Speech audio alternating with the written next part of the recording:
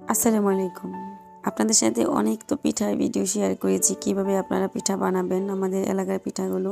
চলুন তাহলে আজকে আপনাদের সাথে শেয়ার করি এই পিঠাগুলো ভাজার কিছুটা ট্রিক্স। অনেকেই বলেন পিঠা ভাজতে গেলে আপনাদের পিঠা একটু লাল হয়ে যায়, ঠিকঠাক মতোই ফুলে ওঠে না। তো আজকে আপনাদেরকে আমি বলে দিই যে আপনারা পিঠাগুলো কীভাবে ভাজলে একদম পারফেক্টভাবে ফুলে উঠবে। পিঠাগুলো ঠিকঠাক মতো যেন ফুলে ওঠে তার জন্য দরকার একদম মচমচে পিঠা।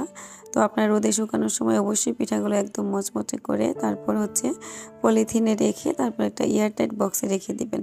বা পলিথিনে যদি আপনারা খুব ভালোভাবে বাতাস বের করে রাখেন তাহলে কিন্তু পিঠাগুলো অনেক দিন ভালো থাকবে। আর তেলে ভাজার ক্ষেত্রে আপনারা চুলাটা খুব বেশি আঁচে ভাজতে যাবেন না, তাহলে দেখতে পাচ্ছেন এখানে যে পয়সা পিঠাগুলো আছে এগুলো কিন্তু একদম লাল হয়ে যাবে। প্রথমে আপনারা একটু হালকা আঁচে তেলটা খুব বেশি গরম করে নেবেন।